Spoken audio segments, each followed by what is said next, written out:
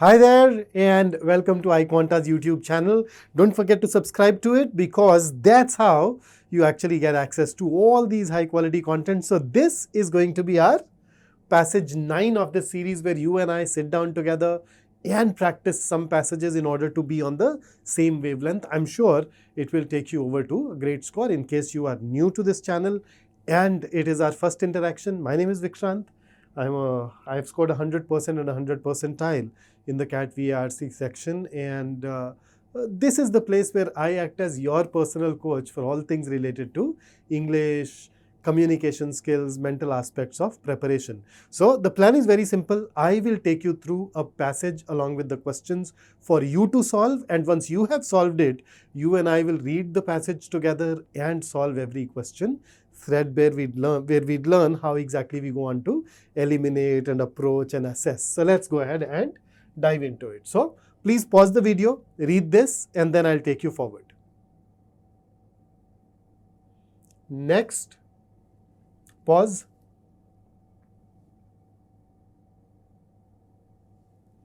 Next, please pause and read.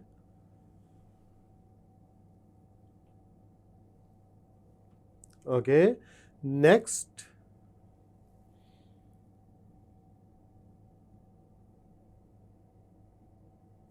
All right, so that takes care of your passage. Let's go ahead and have a look at the questions now.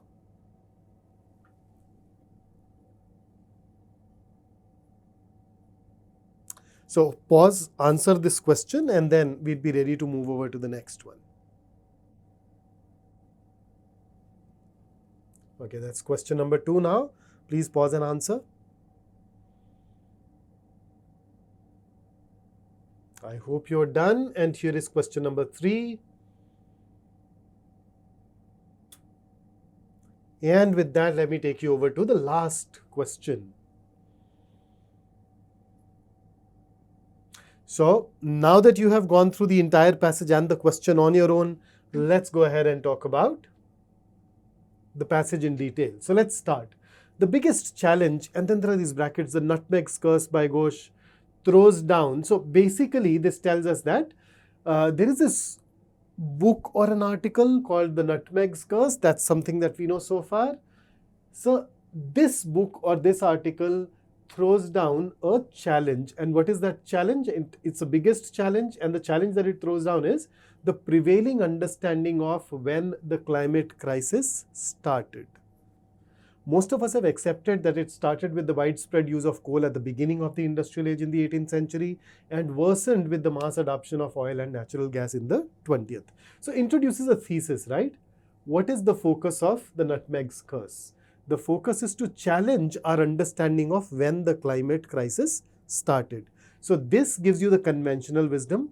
But then Ghosh takes this history at least 3 centuries back to the start of European colonialism. What is colonialism? This practice where one country goes ahead and starts governing, controlling some other country. And this relationship is usually exploitative. And the colonizers also usually in the past thought that they are superior to the ones that they have colonized. So he says that this history, let's take it back to the start of European colonialism in the 15th century. He starts the book, okay, so now we know it is a book and not an article, with a 1620 massacre. Massacre is where a lot of people were killed or murdered. So massacre by Dutch invaders. So Dutch are the people of the Netherlands, okay, the Netherlands, they call the Dutch.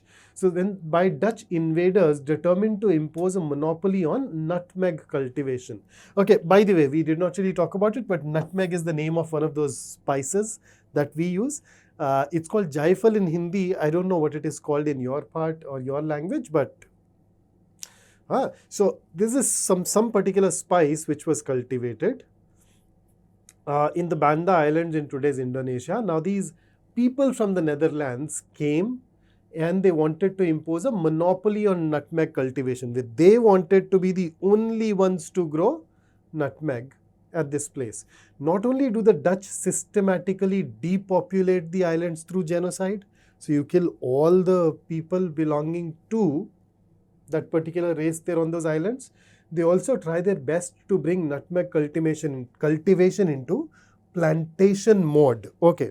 So basically, this mode of production is a running theme in our economic and political discourse, where at the end of the day, society is a group of people who come together to produce and distribute wealth among themselves. Okay, and therefore, in fact, Karl Marx once said that our societies happen to have a material or physical root, and therefore the core of our society is production, a mode of production.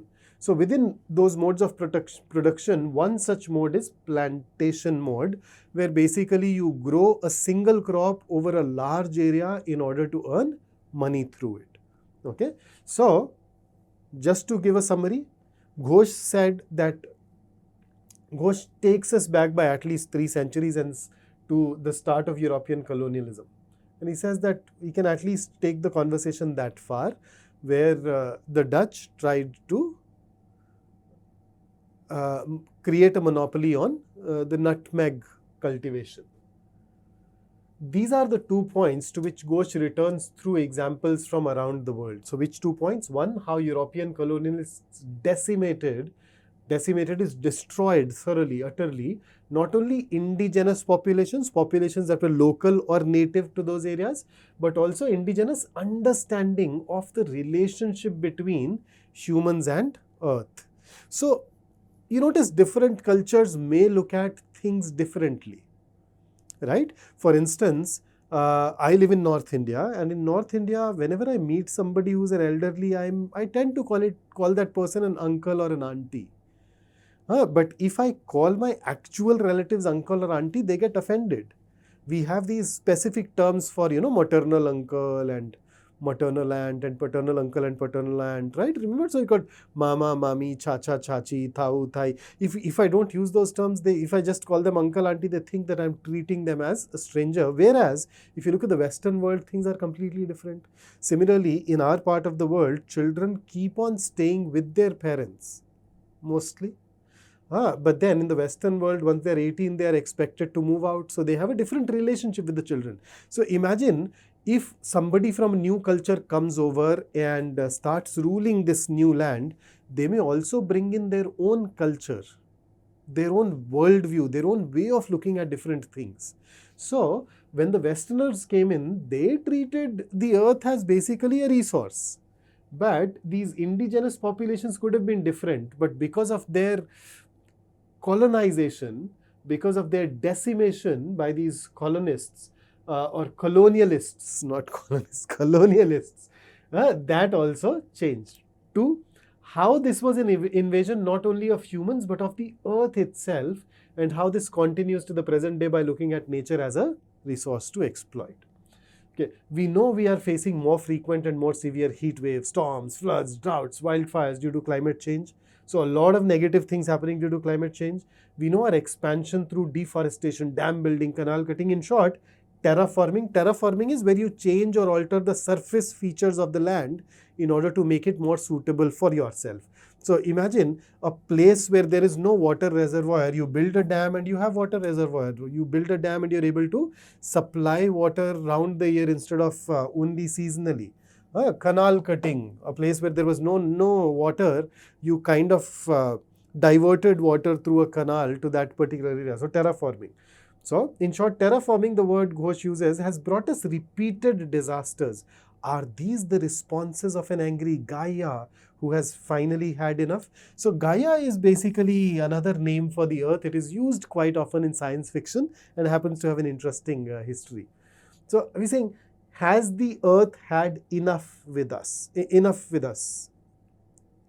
By using the word curse in the title, the author makes it clear that he thinks so.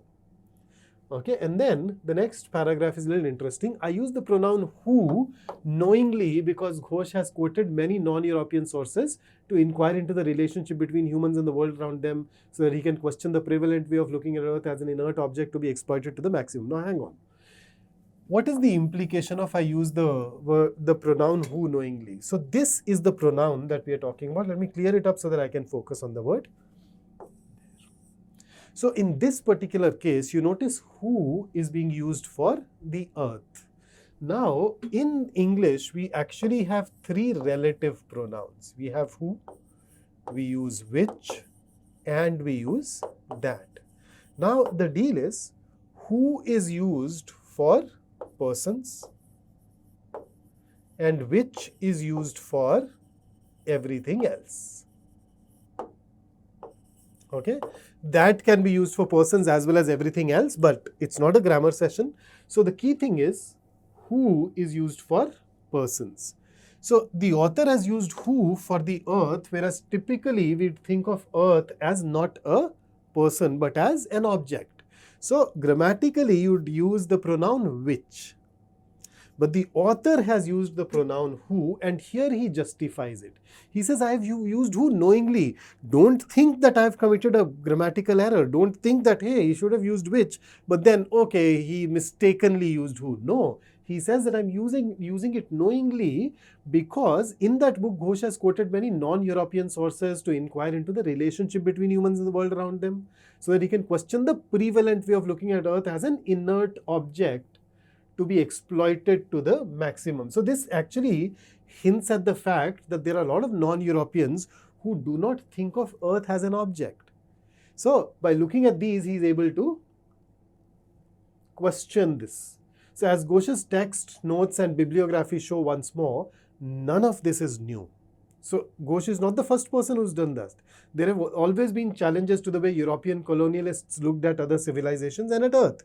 It is just that the invaders and their myriad backers in the field of economics, politics, anthropology, philosophy, literature, technology, physics, chemistry, biology have dominated global intellectual discourses. So others have challenged that worldview of treating the earth as an inanimate object, but, well, the Western worldview had dominated the global intellectual discourse.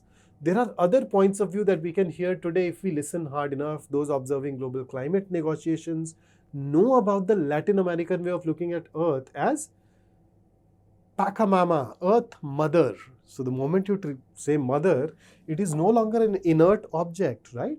We also know how such a framing is just provided lip service. So if you just provide lip service, you say, but you do not do anything for it. And is ignored in the substantive portions of the negotiations. So there are people who are observing global climate negotiations.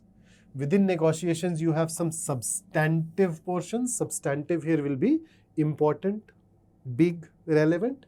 So when it comes to the important portions of the negotiations, they just ignore the fact that Earth should not be treated as an object. In the Nutmeg's Curse, Ghosh explains why. So why is it that they ignore that worldview? He shows the extent of the vested interests in the oil economy.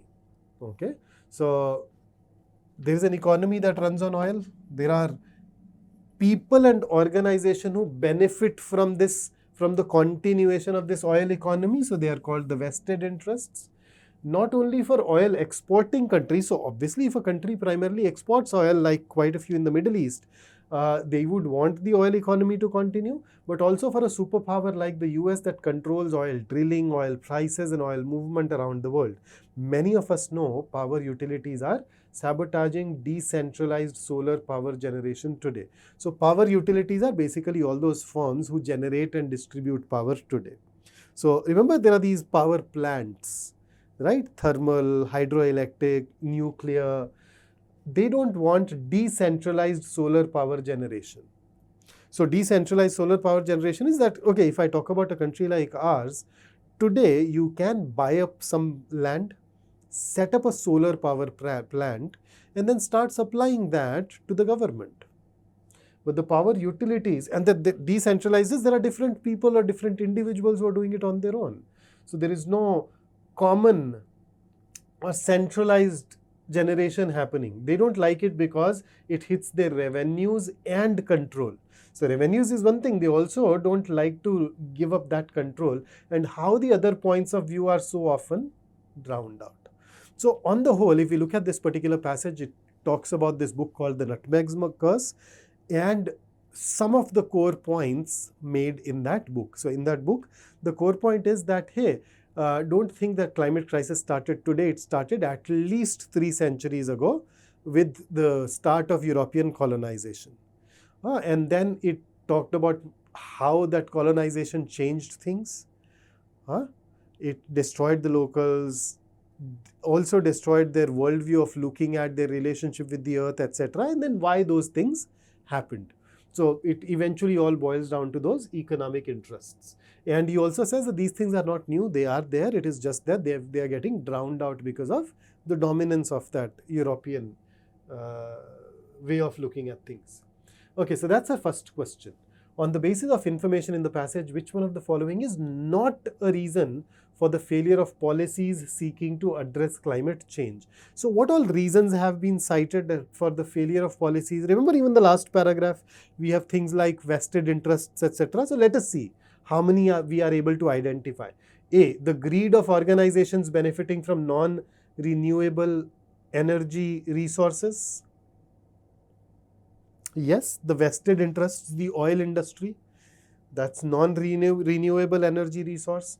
So last paragraph supports it. So it is cited as a reason, we are looking for something which is not a reason, so A gets ruled out. Okay, B, the marginalized status of non-European ways of looking at nature and the environment.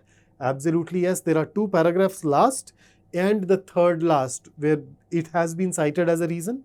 So even this gets ruled out. C, this decentralized characteristic of renewable energy resources like solar power. Yes, it is stated, but is it given as a reason for the failure of policy seeking to address climate change? No. It is given to tell us that they are decentralized, therefore all of these with vested interests don't like it and therefore they sabotage it. It is not given as a reason for the failure of policies. So this can be our answer. Let's look at D.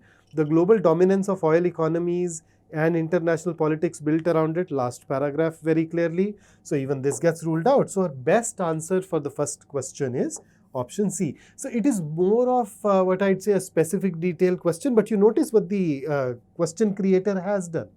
He has mentioned something which is already there in the passage, and that makes us doubtful. But then we need to look at the context and see whether it performs this specific job, this specific role or not. So even the fact-based questions are not that easy in the kind of exams that we are preparing for, particularly the CAT and the XAT. So here is your next one. Which one of the following best explains the primary purpose of the discussion of the colonization of the Banda Islands in the Nutmeg Curse? So Banda Islands are basically mentioned in the second paragraph. Here it is. So that's the first paragraph. Here is the second one. So look at it in the context. So the first paragraph says Ghost challenges when climate crisis started. He links it with the start of European colonialism in the 15th century. So he starts the book by introducing you to this massacre. Fair enough. And then if you go further up in the passage, you'd realize that this has been given to illustrate the fact that the European colonization, it's an example that illustrates a point, right? So it illustrates this point that European colonization not only just destroyed the natives, but also destroyed their worldview, okay, the way they looked at their relationship with the earth. And they imposed their way, the European way of looking at the earth as just a resource because of that decimation. So let's just go ahead and check. To illustrate how systemic violence against the colonized constituted the cornerstone of colonialism. See, this is completely off track. It is not about how violence contributed to establishing colonialism. It was about how colonialism affected and disrupted our relationship with the earth and eventually led to the climate crisis that we are facing today. Okay, so this gets ruled out. B, to illustrate the first instance in history when the process responsible for climate change were initiated. We have nothing in the passage to say that this was the first incident. So it happened. So he takes us back and says that climate crisis started at least 3 centuries ago in the 15th century. But this example is from 1621. It is the book that starts here, but it does not mean that it was the first instance. Chances are that it was not. Otherwise, how would you go back by 3 centuries if you start at 1621? Okay.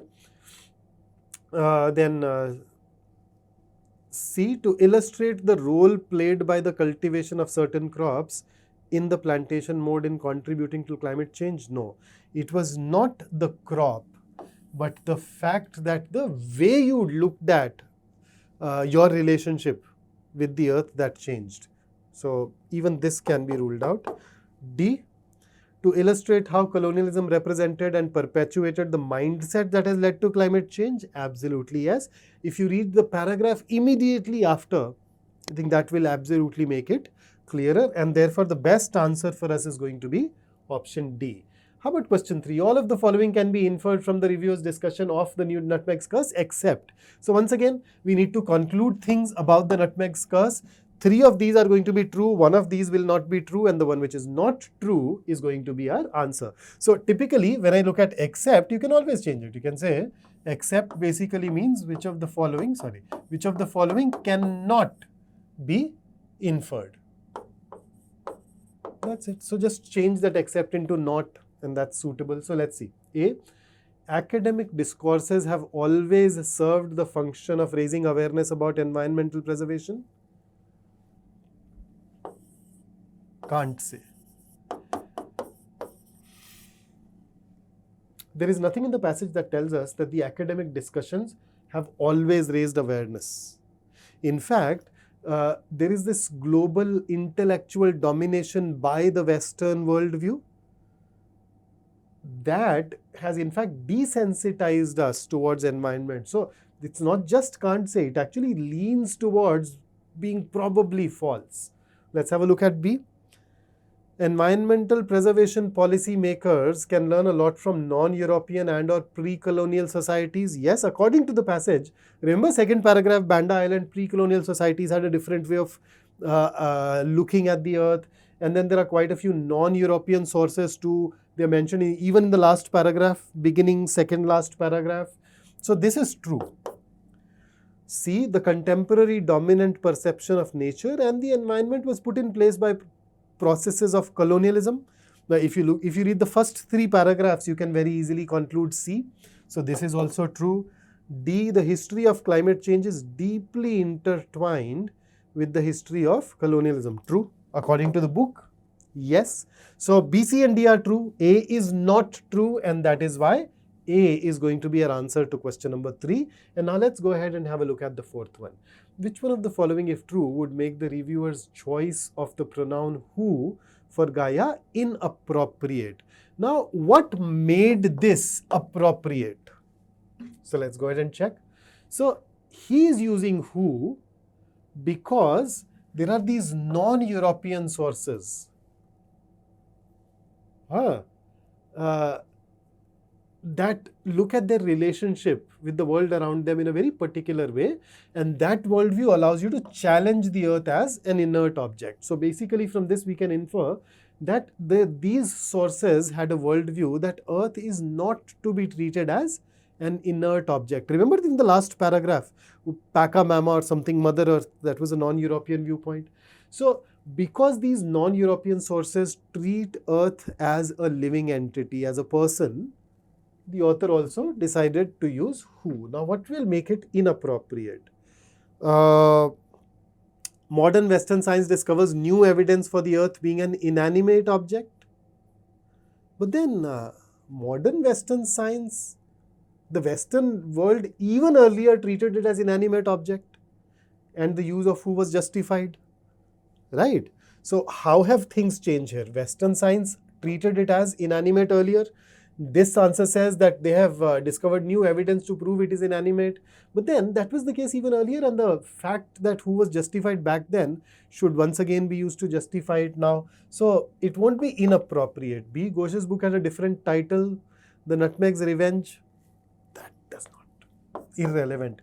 Non-European societies have perceived the earth as a non-living source of all resources. Oh, according to that paragraph, non-Europeans treated the earth as a person, but if this is true, that those non-Europeans also perceived earth as non-living, then the reason why he's using who goes away.